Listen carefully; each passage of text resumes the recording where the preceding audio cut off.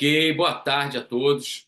Hoje nós estamos aqui reunidos para começar uma sequência de vídeos que busca realizar a transferência de tecnologia e conhecimento focados para o projeto que nós estamos fazendo junto à Codemar para Maricá. Nesse processo, nós vamos passar e percorrer alguns conteúdos que visam estabelecer assim, um nivelamento de conhecimento, um compartilhamento de conhecimentos iniciais sobre tecnologia e tecnologias aplicáveis, né, no caso da gestão municipal. E nós teremos, ao longo dessa sequência de workshops, que a gente está chamando de workshops, são vídeos que serão mantidos dentro de uma página e anteciparão um workshop presencial que será realizado brevemente, tratando do escopo próprio e das soluções conceituais e aplicar dos estudos aprofundados realizados pela COP e o FRJ e todo um consórcio de laboratórios envolvendo o LabFuzzy, o LAC e o CIS Bahia, na qual nós vamos expor um conjunto de conteúdos de forma mais profunda e focados no projeto.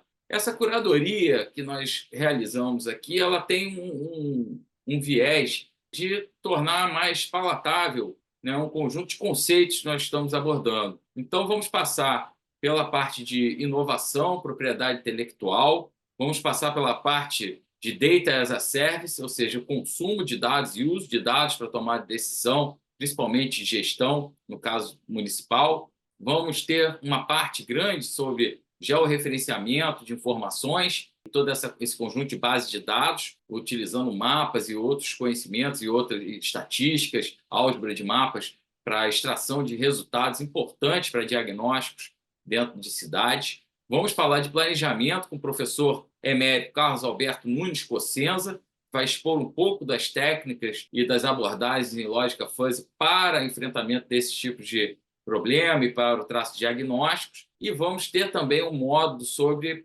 a questão de controle, maturidade e resiliência em salas de controle para tomada de decisão e para planejamento, o que nós costumamos chamar de sala de inteligência, né? Uma sala para pensar o futuro, para planejar investimentos futuros e para mensurar e acompanhar a implementação desses empreendimentos.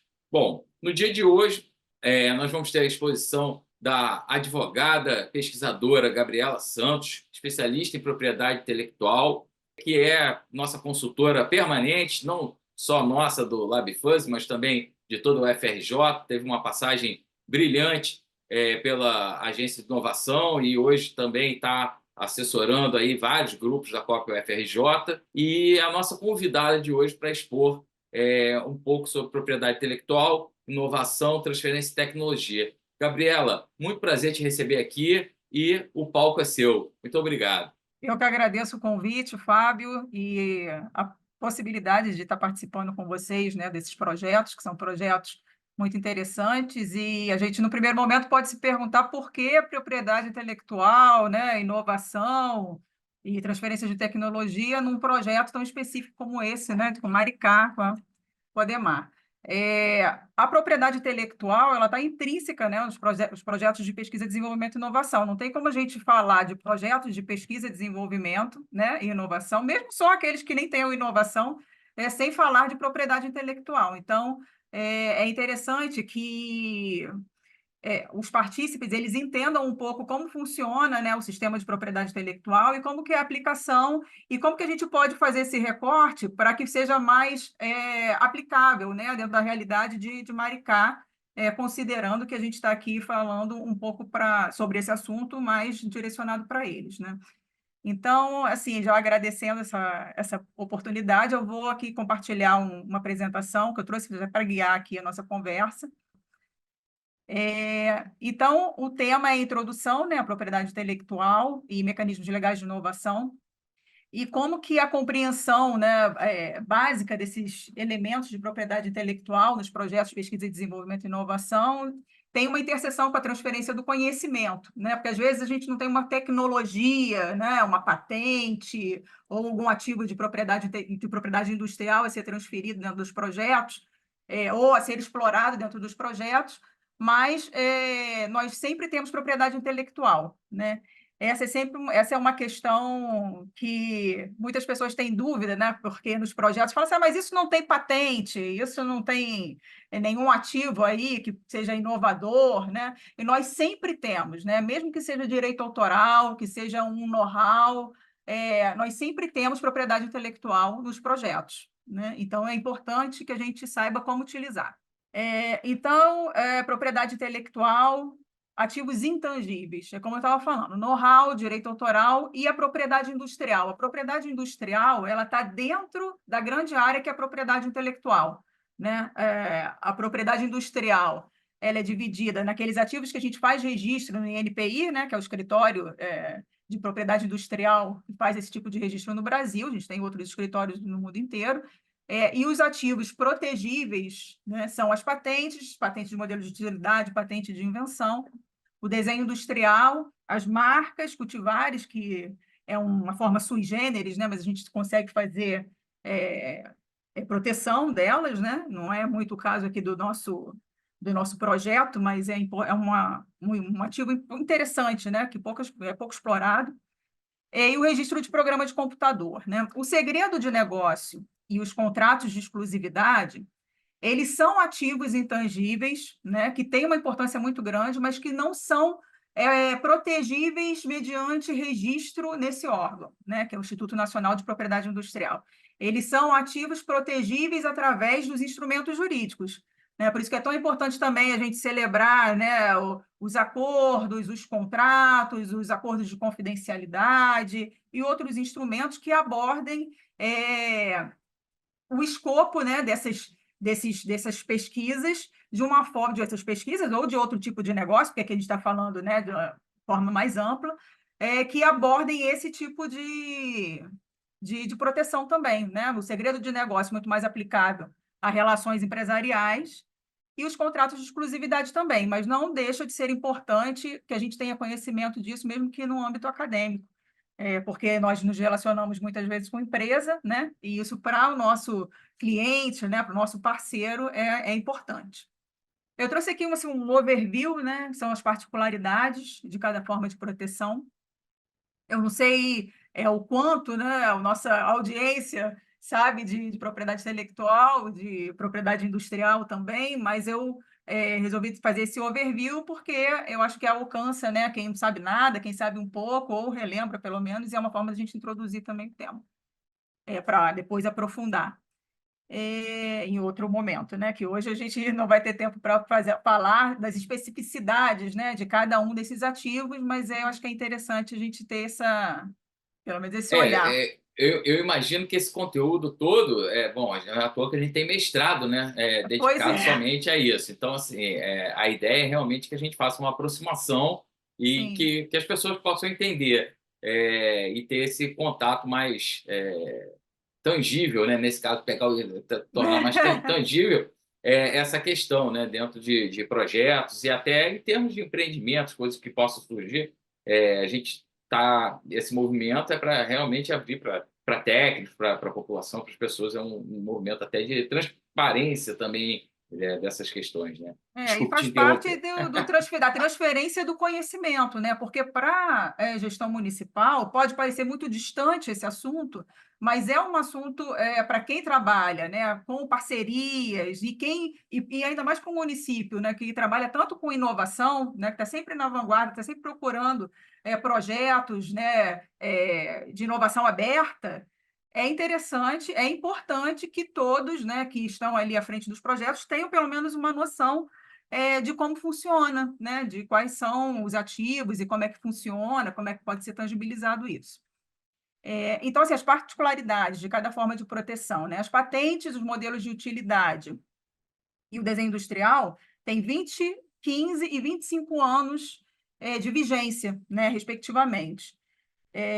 O tempo de vigência, porque assim, às vezes as pessoas falam assim, mas demora muito para conceder, né? Tem uma porção de problemas que às vezes as pessoas trazem, mas se a gente pensar do ponto de vista de desenvolvimento, inclusive, econômico, né, do país e desenvolvimento das tecnologias, é muito importante que a gente faça essa troca, né? Porque, na verdade, é uma forma que o Estado, né, encontrou, né, de devolver, né, de dar essa exclusividade para o criador, em troca dele revelar, né, a tecnologia, e a gente ter ali o estado da técnica para poder ter uma visão geral de como aquela tecnologia se encontra naquele momento, e também para prospecção tecnológica, mapeamento. Então, às vezes, a proteção ela nem é só para questões de exclusividade de exploração mercadológica, né? Ela também tem um lado de desenvolvimento do país, né, desse ponto de vista. Então, assim, é preciso detalhar a invenção de modo que terceiros possam reproduzi-la, porque também é um outro aspecto que muitas pessoas falam, mas eu não vou revelar, eu não vou falar isso, eu não vou falar aquilo. É óbvio que nós temos técnicas, né, de redação de patentes, redação desses ativos, para que possam ser protegidos da melhor forma possível, né, estrategicamente, mas é necessário que a gente siga, pelo menos, um detalhamento de modo que esse terceiro possa reproduzir. Não pode ser o pulo do gato, né, que às vezes as pessoas falam, não vou revelar, mas não pode deixar de fazer uma redação de uma forma que possa ser reproduzido. Né? E é um mecanismo eficaz para evitar que a tecnologia seja copiada, né? Também, né? Eu acho que esse é a primeira coisa que vem na cabeça assim, da maioria, né? Essa questão da cópia, da concorrência, né? Eu vou ter uma reserva de mercado. Isso é um primeiro aspecto, vamos dizer assim, acho que é o mais popular, mas não é só esse, como eu coloquei anteriormente. Outros ativos são as marcas, né? As marcas ela tem tempo de vigência ilimitado, desde que seja renovada, e associa conceitos como qualidade, segurança, eficiência a um produto. Né? A marca também é algo que está muito distante assim, do mundo acadêmico, né? E até dos municípios. Eu acho que, apesar de que Maricá tem uma marca, né, relacionada ao próprio município, eu acho que foi até uma estratégia interessante para você vincular, né, que aquele município ele inova, né, aportando a marca do próprio município enfim, nesses ativos, vamos dizer assim. E eu achei uma estratégia muito interessante do município fazer esse tipo de movimento, né? Porque a marca é isso, ela associa um conceito, né? Se a gente quer, quando você pensa numa marca, você logo lembra do produto e lembra se aquele produto é bom, é ruim, você já faz várias associações a partir da marca, né? Seja ela nominativa, figurativa, que eu vou falar um pouquinho depois. Temos o segredo de negócio. O segredo de negócio, como falei anteriormente também, ele não é um ativo protegível no INPI, né? A gente sai muito ali pela questão da concorrência desleal, né? Que também faz parte da Lei 9279, que é a Lei de Propriedade Industrial. A gente tem um campo nessa própria lei que fala sobre a concorrência desleal, mas não tem um procedimento de registro de algo que é secreto, né? Óbvio. Então, o segredo de negócio, ele tem um tempo ilimitado de proteção, né? Óbvio, desde que não seja divulgado, mas é uma forma de proteção que ela não é muito usada em projetos de inovação, né? Em projetos de inovação aberta, porque a partir do momento que a gente interage com outros partícipes, sejam ICTs ou sejam outras empresas, enfim, a gente tem que, de uma certa forma, mesmo que haja o acordo de confidencialidade, a gente tem que, de uma certa forma, revelar algo daquele projeto, né? Então, se for o caso de acontecer, porventura, alguma parceria, né, que tenha o condão que tenha a intenção de ter segredo de negócio,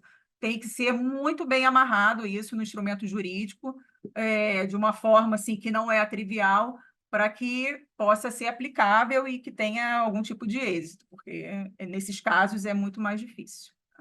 Agora, você citou inovação aberta. Fala um pouquinho Uhum. do que é inovação aberta, assim, nesse contexto, né? Principalmente aplicável, né, aos municípios, né? A inovação aberta, na verdade, assim, a lei de inovação, ela veio trouxe muitos mecanismos para que ocorresse a inovação aberta, né? Porque uma das formas, a gente tem uma lei de inovação que é de 2004, né? Nós tivemos o Marco Legal de Ciência, Tecnologia e Inovação em 2016, e esse marco legal, ele possibilitou a alteração em diversas outras leis que não viabilizavam essa lei de 2004. né? Porque é isso, né? A gente tem no Brasil, a gente tem uma inflação de leis, né? Temos um emaranhado, e muitas vezes a intenção do legislador, enquanto política pública, é muito interessante, mas que não consegue avançar, não consegue ser aplicável, justamente porque tem outras leis que impedem que aquele mecanismo, né, ou aquele instrumento seja implementado.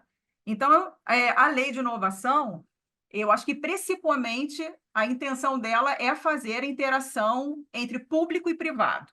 Então, a gente tinha muita inovação aberta, né, do privado com o privado, porque ainda mais falando de startup, eu acho que a startup ela despontou um pouco mais com essa questão do empreendedorismo que está muito em voga, mas era algo que já acontecia, né, a inovação entre duas partes privadas, mas entre um público e o privado havia uma dicotomia muito grande, porque são direitos, né, são sistemas de direito que são muito diferentes, né, o direito público com o privado, e a administração pública não poderia fazer várias coisas que o privado pode, né? Então, essa lei, ela realmente trouxe uma fluidez para essas relações, e é isso, eu acho que a inovação aberta, ela acaba facilitando, aliás, a lei de inovação, ela facilitou os processos de inovação aberta, e a inovação aberta, eu acho que traz muito mais celeridade, né, para que as coisas aconteçam, né, para que a gente tenha porque inovação nunca é feito sozinho, né? Então a gente precisa dessa multidisciplinariedade de conhecimentos, de recursos humanos, de infraestrutura, né? Então, enfim, é muito difícil inovar, né? E inovar sozinho é mais ainda, né? Então, é uma forma de compartilhar esses conhecimentos, né? Especialmente nas instituições de ciência e tecnologia, onde assim, a grande querela, assim, o grande queixa de todas é que não sai, né? Tudo que é produzido, todo o conhecimento que é produzido na academia, não transbordava os muros da academia, porque, né, não é um costume, e também porque tinham esses entraves que eu acredito muito que, assim, a gente, com a difusão, né, das possibilidades trazidas por essa lei, a gente consiga destravar e, de fato, que não seja uma lei morta, né, que ela possa ser aplicada. E eu acho que esse é um caminho que não tem volta, eu acho que está sendo bem difundida, os municípios, outras ICTs e as empresas, elas já estão bem alinhadas com as possibilidades da lei, é óbvio que ainda tem muito desconhecimento, né? Eu acho que esse também é um dos motivos que a gente está aqui conversando, mas eu acho que assim, andamos bastante, né, em relação a isso. Eu só fazer uma observação breve, porque eu acho que você tem uma linha aí de condução desses conceitos, mas é essa ideia, né, de que a inovação está restrita a um centro de tecnologia, alguma coisa. Não, a inovação é para todos, né? E aí você tem diversos formatos de inovação e hoje com diversas formas de exploração, com economia criativa, inovação social, tenho certeza que a gente vai tocar isso lá para frente, que você vai falando, a gente vai tendo uma série de sinapses. Pensando, vou Sim, mas eu deixar acho para a etapa ótimo de isso. Mas vou eu acho deixar para a ótimo etapa de isso. provocações para gente, para provocar, para você seguir no seu conteúdo. Mas é, Não, mas eu acho ótimo essas provocações, porque aí acaba que a gente pensa em coisas que não estão escritas também, né? Então é bom que fica mais fluido também a nossa apresentação e essa conversa. Então, assim, as particularidades, né, de cada forma de proteção. Os contratos de exclusividade, que os contratos de exclusividade, eles são um mecanismo muito utilizado por empresas, né? Não é algo muito no nosso mundo acadêmico, mas eu achei interessante trazer, até porque, é como você falou, isso pode ser, né, para o público que não é só o acadêmico, né? Então, para ter a ciência da existência desses tipos de instrumentos jurídicos que também são relacionados a ativos intangíveis e sua proteção, tá? Então, esses contratos de exclusividade, eles podem ser feitos com fornecedores, distribuidores, ele também dificulta a entrada de concorrentes, né? Precisa ser muito bem redigido para evitar qualquer tipo de brecha. Esse tipo de instrumento, ele pode parecer também distante, né? Essa coisa de, mais para a empresa e tal, mas é um instrumento interessante para startup, né? Para empresas de base tecnológica, que muitas vezes a gente não tem um ativo protegível, porque muitas vezes aquela tecnologia não tem os requisitos, por exemplo, de patenteabilidade, se for o caso, mas existem outros instrumentos, né, para além do NDA, que robustecem, né, aquela estratégia de mercado da startup, da empresa que está nascendo, que é algo que a gente vai falar também, né, dessa questão do empreendedorismo científico, empreendedorismo que está aí na boca do povo, né? E a escolha, né? Como é que eu escolho? Com a escolha da forma de proteção? Ela também deve considerar outros fatores, né? É isso, acessibilidade do mercado, muito pouco regulado, né? É fácil entrar concorrente, não é fácil, né? O ciclo de vida do produto, a facilidade, a dificuldade, que é o enforcement, né? Porque, assim, às vezes a gente tem uma dificuldade de saber se aquela tecnologia, né, se aquele processo, aquele produto, ele está sendo copiado, como é que ele está sendo explorado pelo mercado em geral, né? E a gente tem aí o mundo globalizado, mesmo sendo globalizado, ainda é difícil, muitas vezes, fazer esse enforcement, né? Do ponto de vista da universidade, eu acho que até mais, porque a gente tem, assim, nós somos muito descentralizados, né? Uma universidade como, por exemplo, a UFRJ é enorme e não temos tantos recursos, tanto humanos, né? Quanto técnicos e tudo mais, para poder fazer esse tipo de verificação. Verificar, por exemplo, numa transferência de tecnologia ou num licenciamento que a universidade faça, se aquilo está sendo explorado da forma como está sendo reportado, né? Uma das questões de enforcement que muitas vezes é complexa para a universidade, né? Essa verificação. Mas eu acho também que com o amadurecer, né, dessa questão de inovação, a gente também está amadurecendo os recursos humanos, né, e a visão da universidade em relação a isso, né, qual a importância disso, porque antes a gente só pensava mais em paper, né, em publicações, e agora a gente vê que muitas universidades estão se voltando tanto para a relação com outros entes, sejam entes privados ou outros entes públicos, né, para a transformação do que ali, desse conhecimento em algo que possa transpor para a sociedade de fato, né, em produtos, em processos, enfim, em inovação, mesmo que seja um incremental, em empreendedorismo, né? E, e então eu acho que a partir desse momento que a universidade se conhece enquanto também produtora de tecnologias que não vão ficar só ali no papel, eu acho que ela passa a também trazer mais recursos humanos, né, capacitados para poder tratar desses assuntos, né? Então, eu espero que cada vez mais a gente tenha esse tipo de recursos, né, na universidade.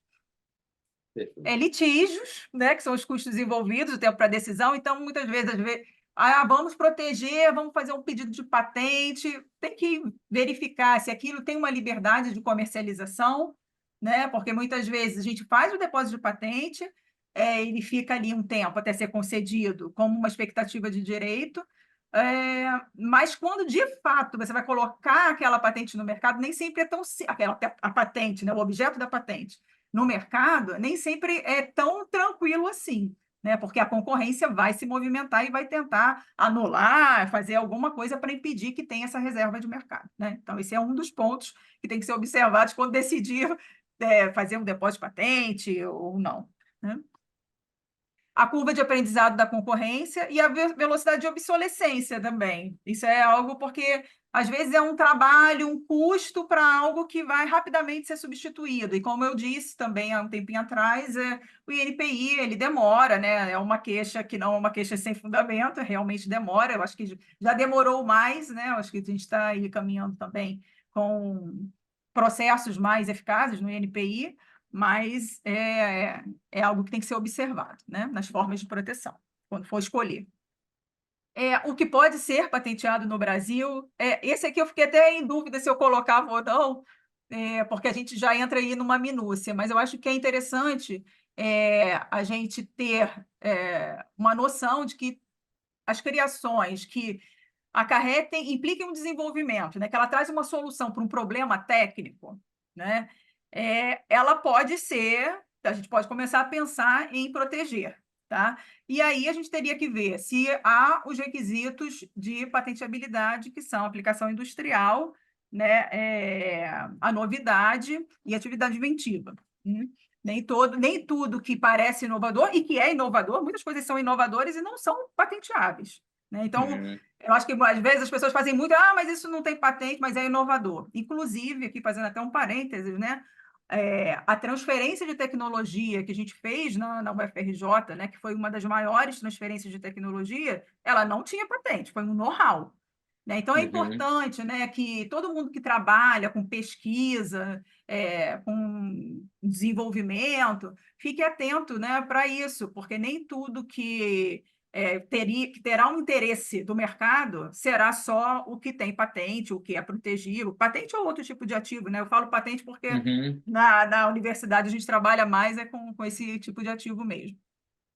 Vai entrar no que não é patenteável, O que né? não é No que não é patenteável, patenteável, isso é o que não interessante. é patenteável. Então, assim, a gente tem o artigo específico, que é o artigo 18 da Lei de Propriedade Industrial, que traz as matérias que são enquadradas como não patenteáveis. A gente aqui tem alguns exemplos, por exemplo, plano comercial, métodos, né? Por isso que a questão do registro de computador, a gente é um ativo protegível no NPI, e eu acho que é um dos ativos mais importantes dentro desse projeto, né, que a gente consegue vislumbrar mais dentro dos projetos do LabFuzz, né, são os registros de computador, mas que muitas vezes as pessoas dizem assim, mas será que eu consigo patentear isso? Não, porque são métodos, né, e aí o método matemático não. Mas pode ser que a solução técnica implementada por aquele programa possa ser objeto de pedido de patente.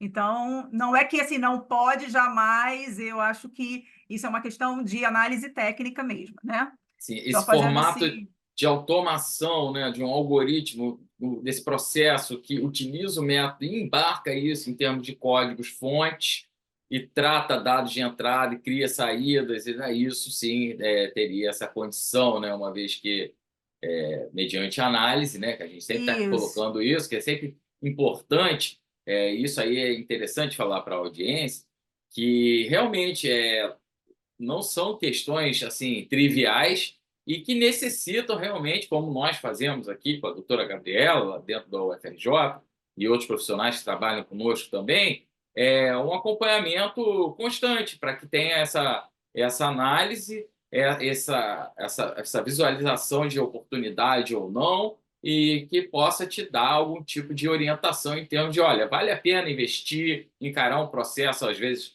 mais longo. Acho que a digitalização também dos processos junto do INPI, do próprio governo, se acelerou bastante, realmente, muito papel que ficava parado, que tinha que ser rejeitado, isso facilitou o acesso, o transporte, digitalização, é algo que a gente tem aí, acho que como uma grande conquista, né, dessa nossa geração, uma vez que a informática atingiu esse ponto e agora vem outras soluções que a gente vai falar mais à frente nesse workshop, em outros com Data as a Service, com inteligência artificial, mas o fato que é importante que tenha uma visão especialista, uma assessoria, de fato, que possa analisar.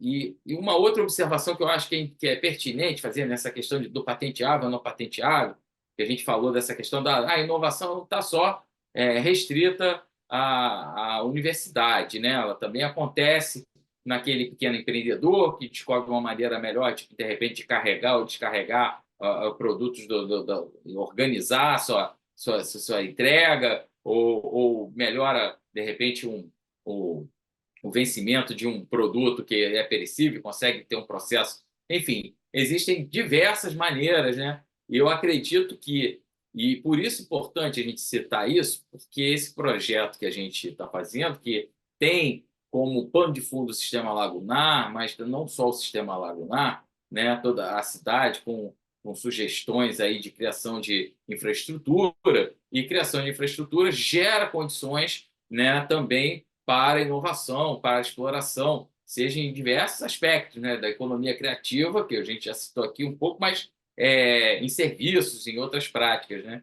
Então, é interessante porque eu vejo um grande potencial, por exemplo, na cidade que já investe em PDI, é importante falar, né? Que são esses projetos de isso. desenvolvimento e inovação, eles ocorrem porque existem questões que são investigadas e geram esses resultados com caminhos possíveis que vão ser avaliados são implementáveis, são aplicáveis, viáveis economicamente. Então, da mesma forma, isso é interessante, porque eu acredito que a cidade vai passar também a abrigar, né, novos negócios, novas observações ali do cotidiano, que vão surgir inovações. Então, essa abordagem do que é patenteável, do que não é patenteável, eu acho que ela é bastante esclarecedora para a gente possa ter um primeiro filtro, mas sempre relembrando, fazendo o link do que eu disse, é importante que existam assessorias, consultorias, às vezes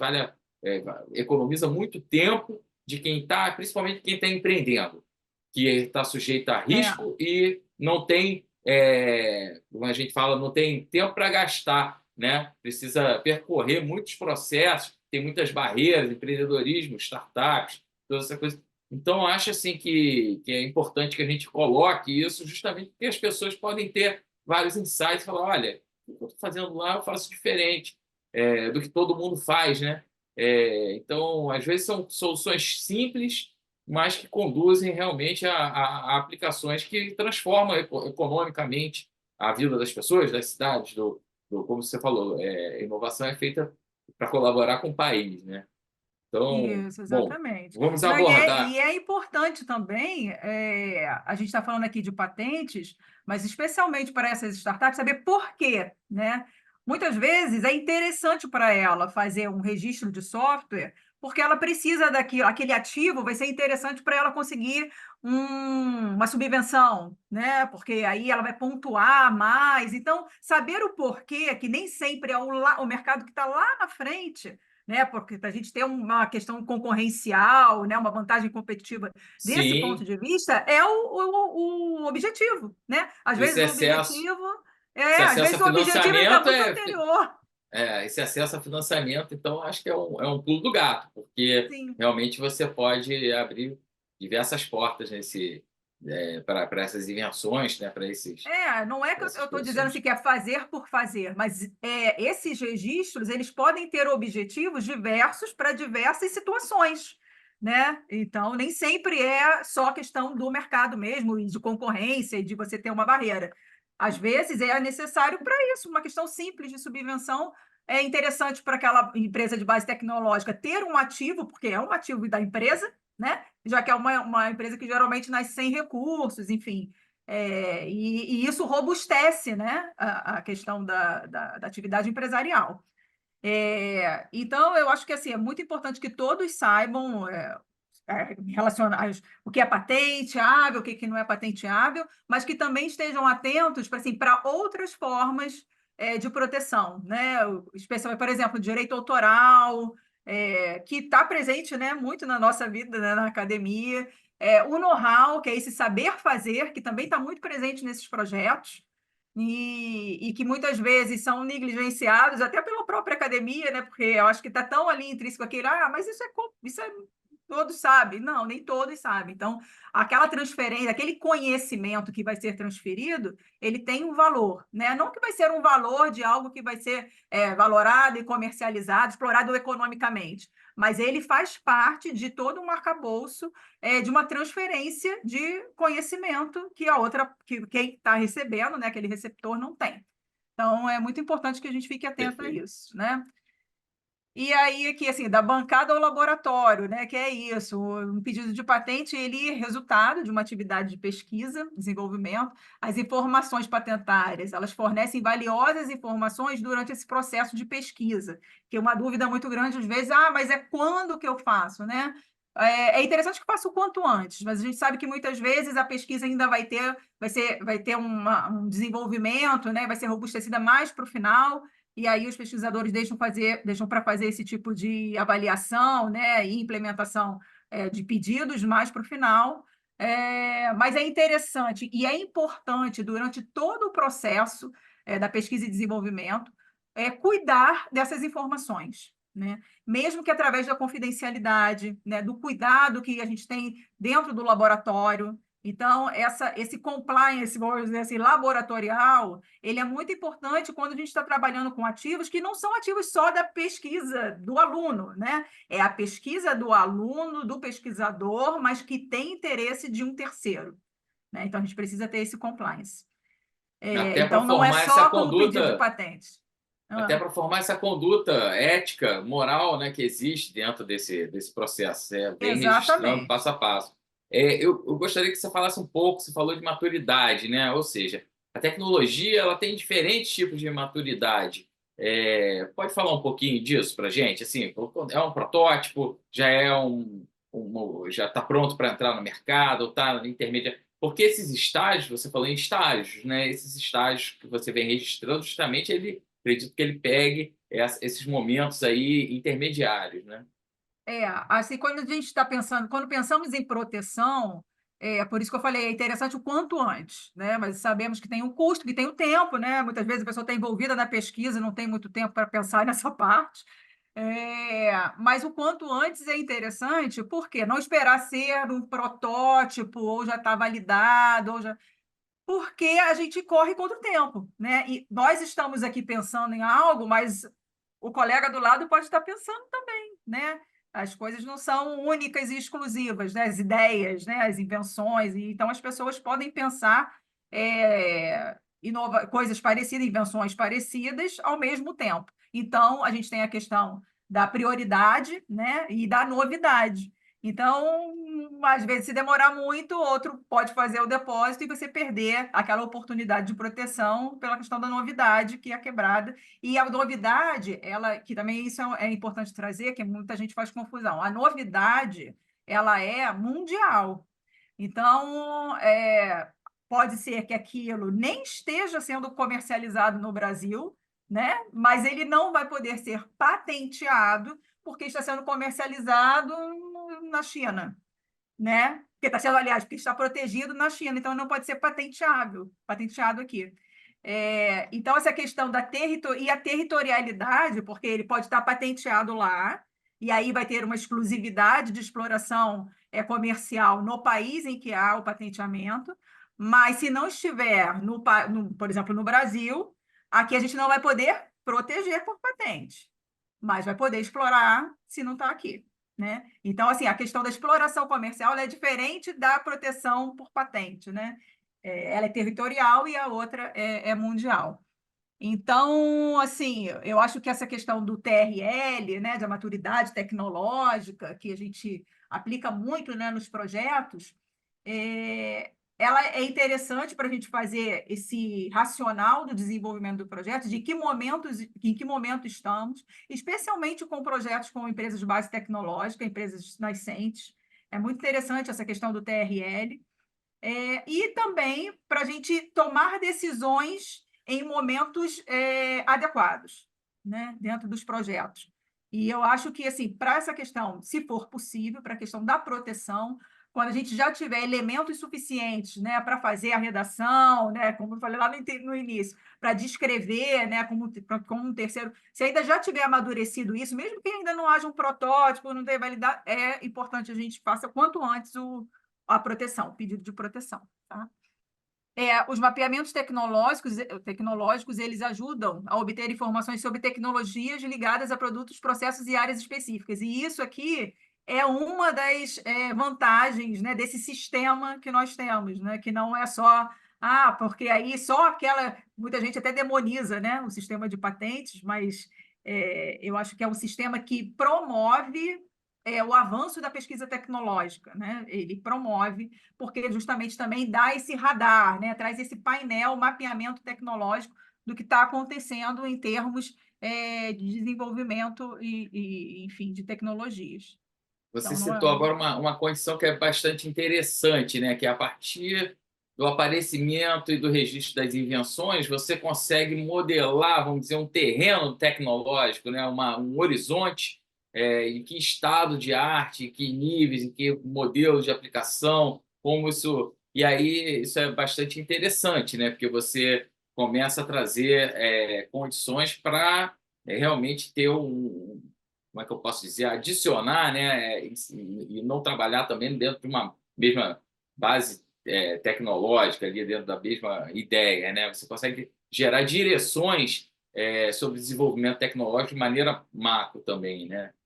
Exatamente, exatamente. É um ponto de partida e muitas vezes, porque nada assim, ninguém reinventa a roda, né? E muitas vezes é um ponto de partida para outros desenvolvimentos. Então, é um arcabouço muito interessante, porque as pessoas exploram, porque tem uma ideia limitada, né, da abrangência desse sistema, né? Que não é só para proteger, para o outro não copiar, não é só isso, né? Então, ele tem outras funções.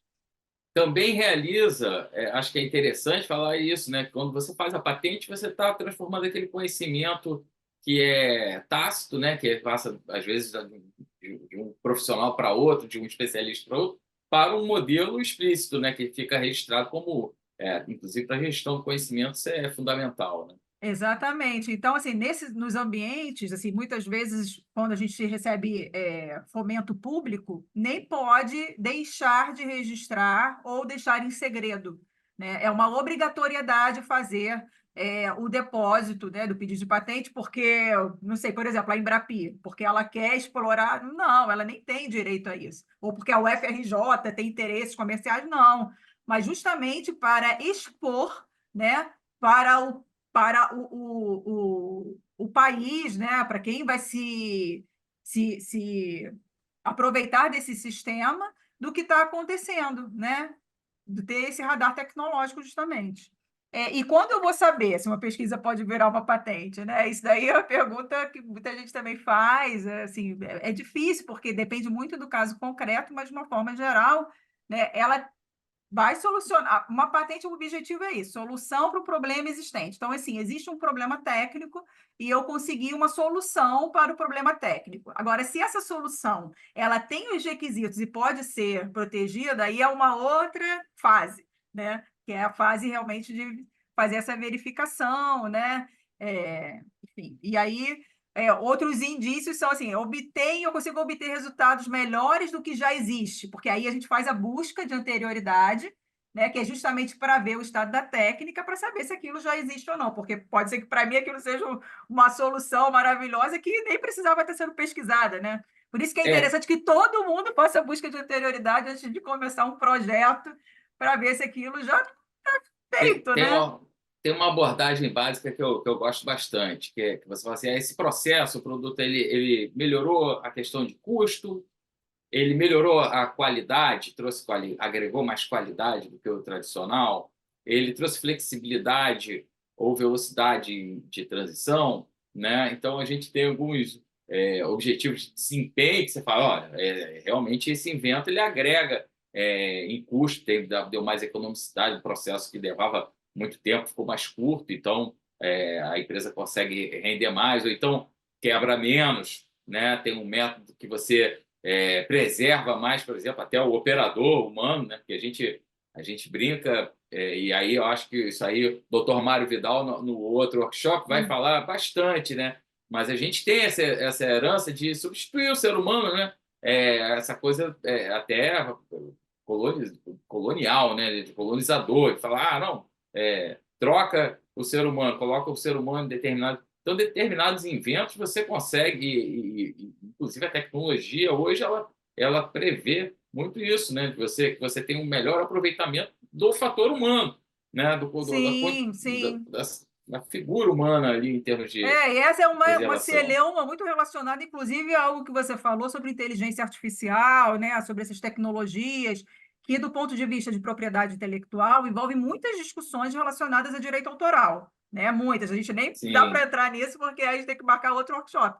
Mas, assim, são muitas discussões a respeito dessa questão de autoria, né, de como é que ficam esses direitos, e também de substituição, né, do ser humano, que eu não sim. acredito nisso, Não, eu posso mas dar um exemplo assim bem, bem prático. Teve um projeto que foi feito lá na parte do canteiro de mudas, em que desenvolveram, os ergonomistas desenvolveram, por exemplo, uma bancada mais adequada para a pessoa. Então a pessoa não ficava abaixada, não carregava aquele peso, ela fazia toda aquela operação de uma forma confortável.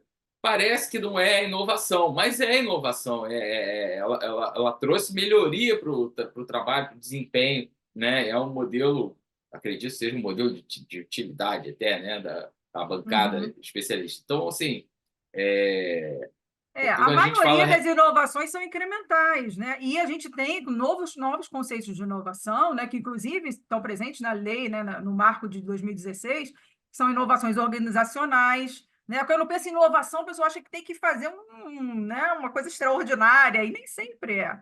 Às vezes, algo simples é muito inovador. Verdade. Aqui são os requisitos de patentabilidade, mas eu já falei um pouquinho, então vou passar esse, né? A novidade, atividade inventiva e aplicação industrial. Como é esse pedido, né? Como que é o texto, como é que essa redação, o técnico no assunto ele tem que ser capaz de reproduzir, então eu também falei um pouquinho disso lá no início, também vou passar porque senão não vai dar tempo.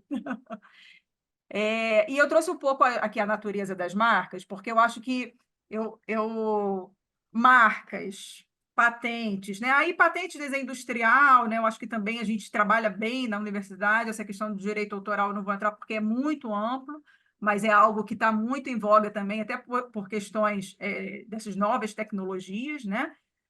Mas a marca, e aí, especialmente porque Maricá optou também, né, por usar uma marca, e que eu achei uma estratégia muito interessante para um município, né, porque o município ele não é muito ligado nisso, né, ainda mais municípios pequenos e tudo. Então, eu acho que foi uma estratégia interessante. A gente tem naturezas de marcas diferentes, a gente tem marca de produto ou serviço, coletiva de certificação, e aí cada uma tem uma aplicação diferente. Aqui temos as marcas, as formas de aplicação das marcas, nominativa, figurativa, mista e tridimensional. Trouxe alguns exemplos só para ilustrar como é que funciona cada uma. No caso de Maricá, é uma marca mista, né? Ela tem um desenho e também tem eu não consegui encontrar a marca, mas eu li numa estratégia lá uma estratégia de ciência, tecnologia e inovação, que depois eu vou mostrar para vocês lá de Maricá, e achei bem interessante, mas lá eles estão me informando que é uma marca mista, né? Que aí une tanto o design, né? O desenho da marca com o nome. Esse registro de marca ele é diferente, por exemplo, das questões de direito autoral, né? O direito autoral ele nasce quando você tem ali aquela ideia. Você não precisa nem, na verdade, não é necessário nem registrar. O registro ele é mais por questão de prova, né? A marca ela é atributiva, né? A patente você primeiro tem que fazer essa busca de anterioridade para ver se já não está no estado da técnica e tudo mais. A marca você só tem, porque por mais que você use aquela marca, você só tem o direito à marca quando você adquire através do registro, né? Então, a gente fala que é um sistema atributivo de direito, né? Ele só é atribuído Isso, depois que você isso é tem. importante, isso é importante. Tem muito empreendimento que tem, vai lá, faz lá o letreiro dele, cria lá, contrata um artista, tudo. Se não levar registro, ele não tem aquela propriedade daquela marca. Não tem a propriedade da marca. Pode ser que ele tenha feito todo um investimento, né? Que inclusive de marketing, né? Marketing, Uhum. a marca inclusive esteja conhecida já no mercado e depois receba uma notificação para retirar, para deixar de utilizar a marca por conta de outro já ter o registro, E né? isso é Então, bastante assim, comum. é Isso é bastante bastante comum. comum. É bastante comum. E é algo que os empreendedores, ainda mais os pequenos empreendedores, eu acho que tem que ficar bem atentos, né? Para não ter esse tipo de dor de cabeça, né? Seja, por exemplo, aquele pequeno empreendedor que, por exemplo, faz, vou dar um exemplo, veio na minha cabeça, Brownie, né? Faz Brownie, aí tem lá a logomarca dele, Brownie, do não sei o quê, lá, aquela logomarca, ela deve ser patenteada, né? É registrada, porque no caso de marca é Registrada, é registro, registrada, é isso. registro, é Ela levada a deve registro, ser né? levada a registro, sim. Tem é interessante fazer uma busca. Na verdade, o mais interessante, assim, acho que é o mais adequado, é fazer até uma busca antes de você colocar a marca, ter custo com logo, né? Às vezes com gráfica, com tudo. No caso, por exemplo, do Brownie, né? Que às vezes vem aquele gráfico, aquela estampa É. em cima do produto, é você fazer uma busca de anterioridade para ver se já não tem alguém com aquela marca, né? Se já não tem alguém utilizando aquela marca. Então, Aí é eu interessante que se faça isso. vou te fazer duas perguntas. Tem também uma questão de classe da marca, né? Que você faz a marca ligada a uma classe, né? Isso, isso. A gente usa uma classificação específica e essa classificação ela é para produtos ou para serviços, né? Porque pode existir marcas que são parecidas ou até iguais, mas que para áreas, né, muito diferentes. Então, Nesse caso, muitas vezes o INPI concede ainda assim o registro, porque são áreas que não têm correlação. Tá? Mas se for uma área muito próxima da que está sendo, mesmo que não seja a mesma, muitas vezes o INPI ele indefere o pedido, tá, de Aí eu registro. vou fazer uma provocação além, né? Porque acho que quando a gente está falando desses municípios, que têm muitas das vezes características muito próprias, né? Surgem produtos, por exemplo, com o que nós costumamos chamar rotineiramente de denominação de origem, né? Com localização geográfica, de onde vem, né? Da origem. Isso também é objeto de patente? Como é que funciona Isso isso? também é objeto de marca, né? Uhum. Aqui, vamos voltar até um Sim. pouquinho aqui, ó. A gente tem a Registro de marca de marca. produto Estamos ou falando de serviço, registro, né? registro de marca. Perfeito. Produto ou serviço, que são essas, né? Que geralmente as pessoas fazem, as empresas fazem. Coletiva, né? Que aí identifica e distingue produtos ou serviços provenientes de membros de uma pessoa jurídica representativa de coletividade. Ela indica ao consumidor que aquele produto ou serviço provém de membros de uma determinada entidade. E a de certificação, que é isso que você está falando, né? A de certificação, ela certifica que aquele produto ele tem um norma padrão específica, especificações técnicas daquela localidade, né? Então, assim, essas marcas são interessantes para, especialmente para municípios ou para instituições que detêm algum tipo de produto que é diferenciado.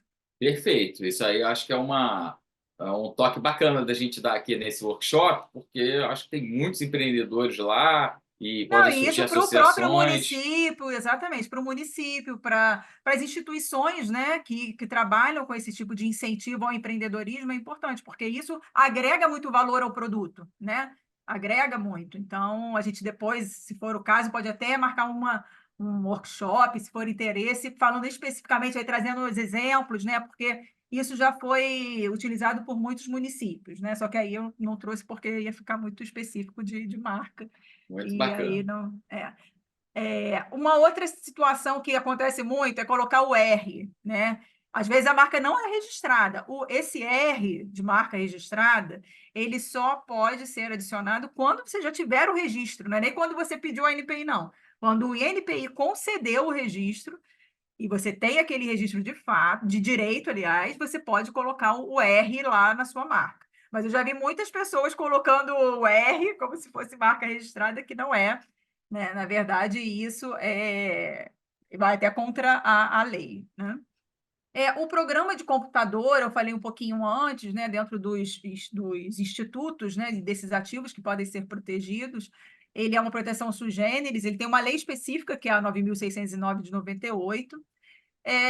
Tem algumas peculiaridades que eu acho muito interessantes, que a propriedade ela é mais rápida de ser obtida, ela não demora tanto quanto a patente, não é caro, a patente também não é, o pedido de patente também não é caro, assim, do ponto de vista do pedido de registro no Brasil, é óbvio que se a gente for falar de pedidos de registro através de cooperação, né, do Tratado de Cooperação, que aí é para muitos países, enfim, aí realmente é mais custoso, mas se for um registro no país, fora a questão, né, da redação, que é um procedimento técnico que envolve também o custo, mas a taxa do INPI não é, né? E a taxa do INPI também para esse tipo de registro, tanto de marca quanto de programa de computador, também não é nada muito caro. Ela tem uma proteção automática para 176 países, ela também segue dos tratados internacionais, tá? A proteção de propriedade no ato da criação, porque o registro de programa de computador, diferente dos outros ativos, ele não tem um exame para verificar. Quando você pede o registro, você já obtém aquele número, né, do certificado de registro. Que é por isso que eu falei aqui, independente de exame, e o tempo maior de vigência também, que é de patentes. Então, dependendo da estratégia utilizada, mesmo que seja algo patenteável, mas se tiver o registro de programa de computador, é interessante fazer uma estratégia de múltiplas proteções. Isso acontece em empresas, faz muito isso, né? Porque aí fica Uhum. com uma estratégia mais abrangente, tem vários ativos ali protegidos, às vezes relacionados ao mesmo objeto, né? Mas isso como Perfeito. estratégia mais empresarial.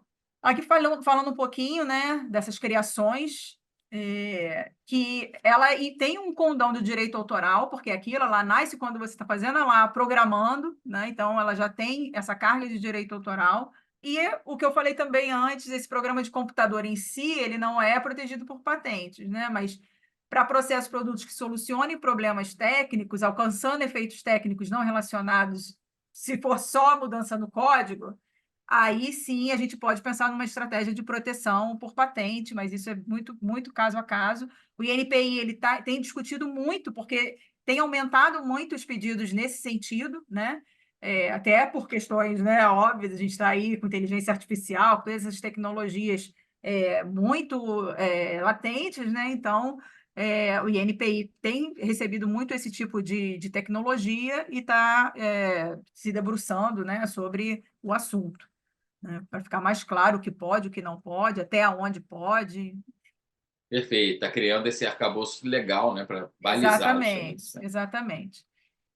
Mas a proteção, né? Essa proteção toda que a gente falou aqui, o depósito, patente, de marca, de desenho industrial, enfim, registro de programa de computador, ela não é um fim em si, né? Ela é uma ferramenta que tem que ser utilizada pelo titular e criador. Eu acho que a gente falou um pouquinho aí sobre esses usos, né, com as suas provocações, como é que a gente aplica isso? Para que serve isso, né? Para que eu vou gastar tempo e dinheiro fazendo isso?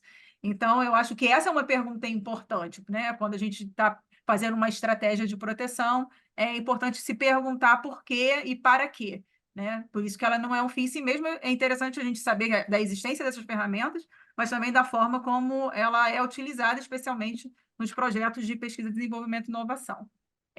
Então, eu vou entrar um pouco aqui no contexto do Marco Legal de Ciência, Tecnologia e Inovação, e a gente tem bastante coisa para falar sobre isso, né? A gente teve uma emenda constitucional em 2015 e ela incluiu o termo inovação na Constituição Federal.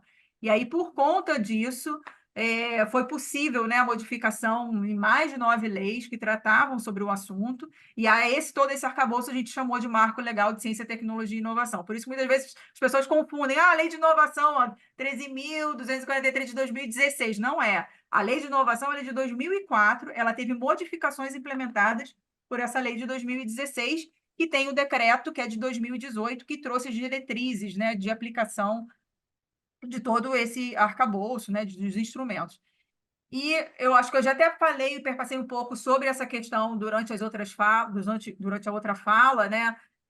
Por que a gente teve o marco legal, né? Justamente para simplificar, flexibilizar essas atividades, né? Falamos aqui de inovação aberta, falamos da interação entre público e privado, né? Que eu acho que é a premissa fundamental, né, de toda essa legislação é esse, né? Por isso que ela é tão importante para o município, né? É importante para as empresas também. Mas, por exemplo, lá na COP a gente já fazia, né, mesmo antes da lei de inovação, essa interação, né, entre o público e o privado, embora seja muito distante para algumas instituições de ciência e tecnologia, outras universidades, mas para o FRJ enquanto COP já é algo que acontece há muito tempo, mas não era difundido para toda a universidade. E eu acho que com isso vai ser, será difundido para toda a universidade e possibilitará flexibilização, porque muitas empresas têm medo, né, de se relacionar com a administração pública. E até a própria administração pública, se relacionando com a administração pública, ou até com uma instituição de ciência e tecnologia privada, também não conseguia, né? Tinha muitos entraves ali, como é que faz, como é que não faz, o que pode, tem que licitar, não tem que licitar, como é que tem que fazer. Então, eu acho que trouxe aí um ferramental interessante, né? Para que haja esse tipo de interação. Justamente para facilitar a transferência de tecnologia, que sempre é o grande gargalo, né, das instituições. É isso, relacionamento público-privado, ela pode ser através de startups, empresas, de centros de pesquisa, são ambientes muito importantes para que haja esse tipo de transferência também de tecnologia, de conhecimento, né? Outras redes e relações são os NITs, as incubadoras, o governo, o terceiro setor, né? As instituições de ciência e tecnologia. Então, é toda essa rede, né? E esses stakeholders, eles têm que caminhar juntos e com o conhecimento, né, de todas as possibilidades para que as coisas possam acontecer da forma mais adequada e com segurança jurídica, né, possível. Perfeito. Aqui é a inovação aberta, né, que a gente falou um pouquinho, e o Chegamos lá, no inovação. empreendedorismo, é. Então, a inovação aberta, né, as empresas elas perceberam esse aspecto, né, central de inovação. E para sobreviver, para melhorar a sua performance, ocupar, cada vez é uma correria, né? E eu acho que assim, você aproveitar o que já está sendo feito é muito importante, né? Aproveitar esse conhecimento, né? Muitas coisas fervilhando, né, nas instituições e fazer pesquisa. Não que a pesquisa básica não seja importante, ela é o pilar, né, de tudo, mas a pesquisa aplicada, ela faz com que você transponha para a sociedade, devolva, inclusive, para a sociedade, né? Tudo aquilo que está sendo ali fomentado com recurso público, muitas das vezes, né? Então, é importante que haja esse ciclo, né? Para que as pessoas entendam a importância do que está sendo desenvolvido ali na academia, que não é só uma pesquisa que a pessoa vai ficar lá fazendo toda a vida, mas que é algo que vai ter um retorno de algo palpável, né? A Então, gente acho que passou por abrir...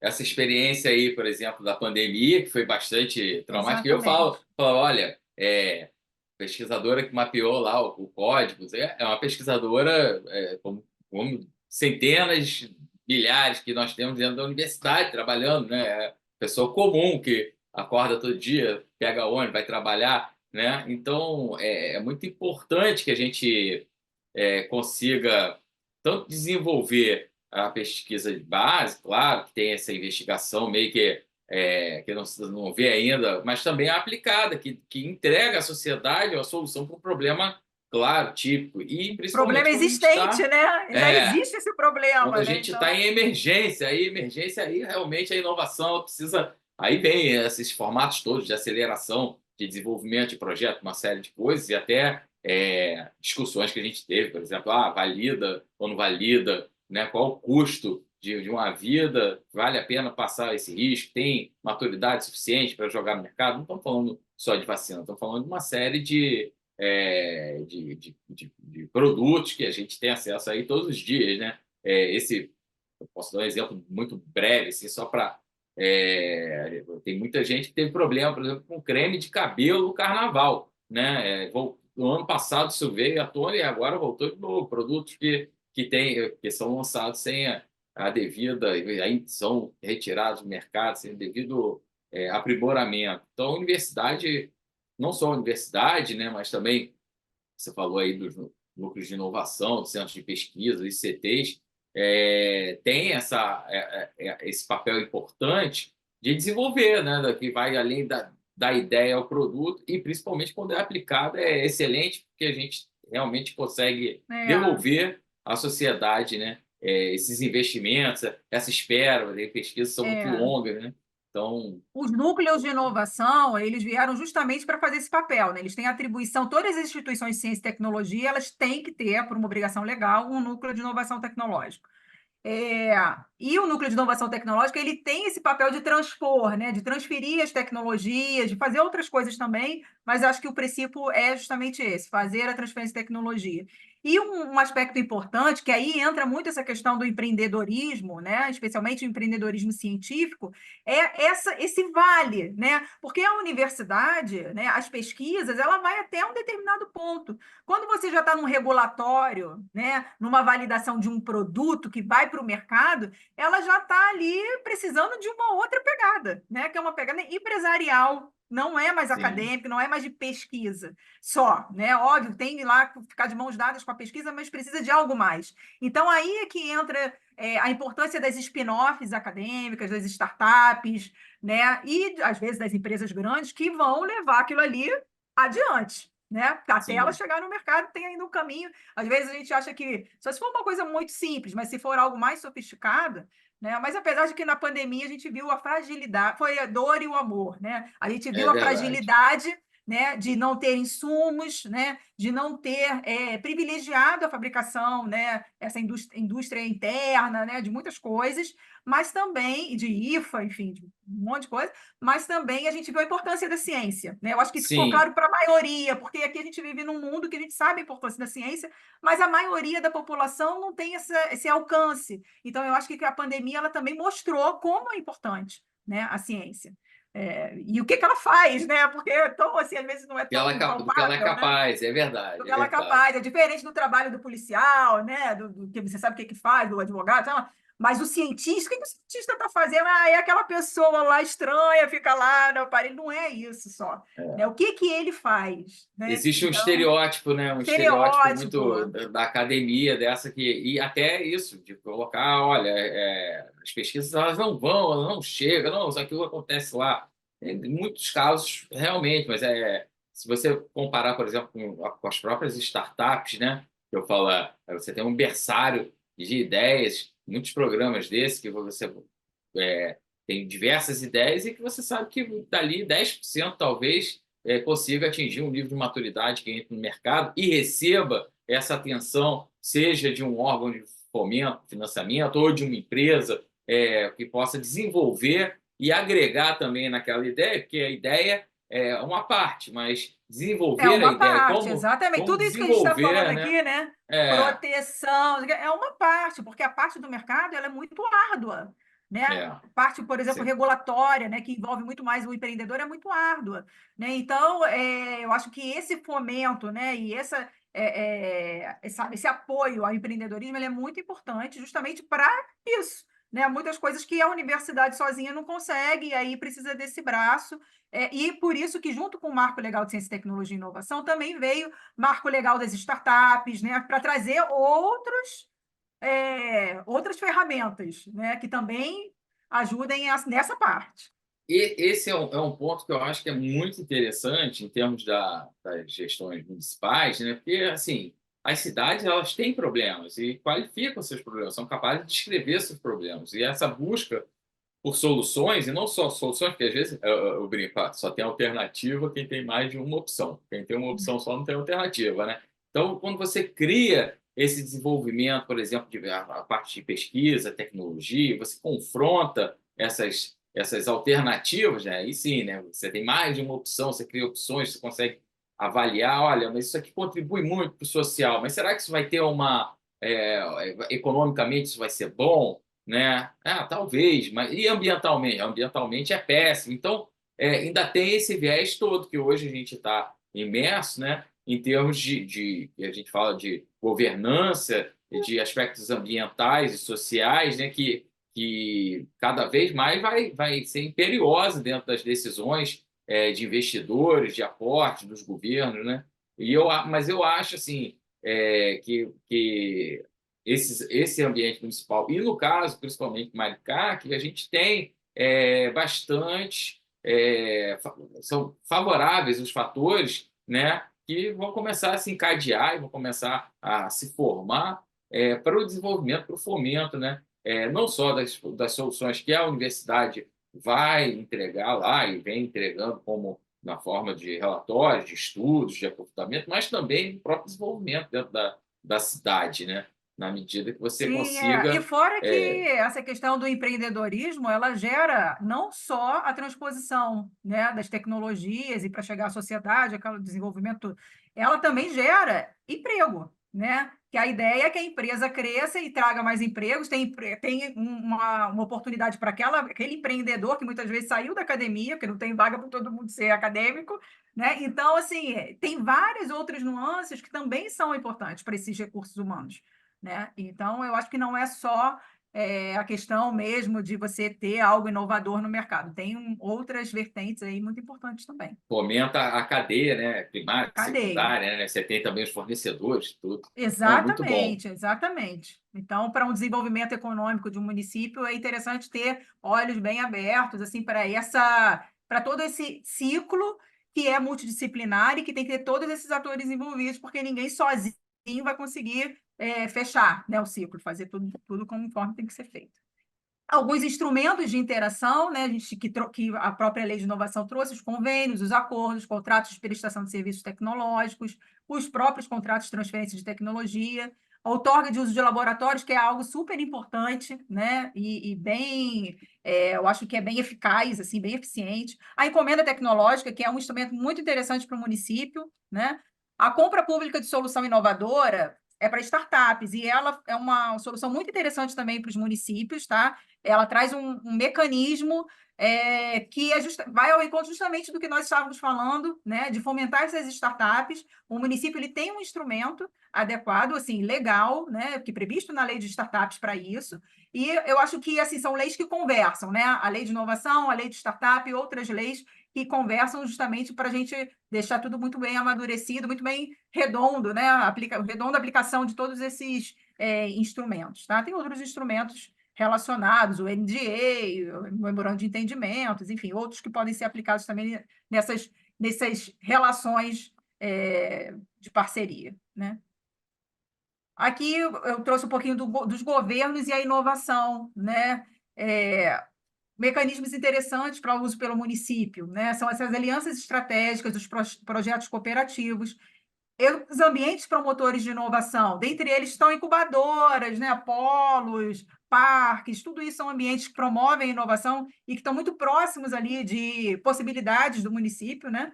A encomenda tecnológica, como eu falei, as parcerias, o convênio, outorga, né, de bolsas, e esses procedimentos especiais para a contratação de produtos de pesquisa e desenvolvimento, também uma possibilidade, e a solução inovadora, os contratos, que foi o que eu acabei de falar. No Brasil, nós temos a Política Nacional de Inovação, né, que foi implementada através desse decreto de 2020. Ela traz as diretrizes, né, para a Estratégia Nacional de Inovação, que trazem as metas para os planos nacionais de inovação. E o que isso tem a ver com o que a gente está falando? Essa estratégia do município, né, e a direção que ele toma, né, o encaminhamento, tanto para as pesquisas, para o desenvolvimento local, quanto para... Porque assim, a proteção, que é tudo que eu falei no início, ela é uma consequência, né, desse processo de desenvolvimento, né? Então, eu acho que assim está alinhado, né, com a política do governo, né, a política como um todo. É muito importante para o município como Maricá, que tem uma política de inovação municipal, que tem uma estratégia municipal de ciência, tecnologia e inovação já bem estruturadinha, que tem que estar alinhada a isso para que a gente possa ter algo com um racional mais assim palpável, vamos dizer, para os próximos, para os próximos projetos e para o que vai aportar. E aí, só para ilustrar nesses planos, que são relacionados à estratégia, né, nacional de inovação, a gente já foi lançado agora, recentemente, né, o de industrialização, o Complexo Industrial da Saúde, também através de várias portarias, a estratégia municipal, que, como eu falei, e a lei de inovação municipal foram anteriores, né? E inclusive também nós temos a lei de inovação estadual, né? E tudo isso está muito alinhado a essa outra lei que eu comentei inicialmente, que é a lei de inovação, o marco legal de ciência e tecnologia, está tudo alinhado, mas eu acho que tem que estar caminhando juntamente com o plano governamental, né, para que Maricá ali possa ter acesso, inclusive até a fomento, que a gente sabe que vem muito da União, né? Então, eu acho que, assim, tendo uma estratégia de desenvolvimento local, de inovação, com os parceiros corretos, como ele já vem fazendo, né? Ele já vem aí numa parceria com as instituições de ciência e tecnologia, que parece muito profícua. Eu acho que é um caminho muito bom, né? E de valorização, inclusive, do capital intelectual, e quem sabe, né, no futuro teremos aí ativos de propriedade industrial também, de propriedade intelectual, de Maricá, né? Então, eu Certamente. acho que é isso, eu agradeço, assim, tive que dar uma corrida aqui um pouco no final, mas é isso, eu acho que a gente tem muito assunto, esse tema é um tema, né, que a gente gosta muito e acaba se empolgando, mas eu acho que tem sempre muita coisa para conversar a respeito, porque precisa realmente ser difundido. Excelente. Bom, da minha parte, cabe agradecer em nome de todo o laboratório, todo o consórcio do laboratório, da UFRJ, pelo excelente trabalho, abordagem que você sempre traz para a gente, elucida, e no dia a dia também, quando a gente convoca e pede, ó, vem aqui, dá uma olhada, dá uma assessorada, vê o que você acha, né?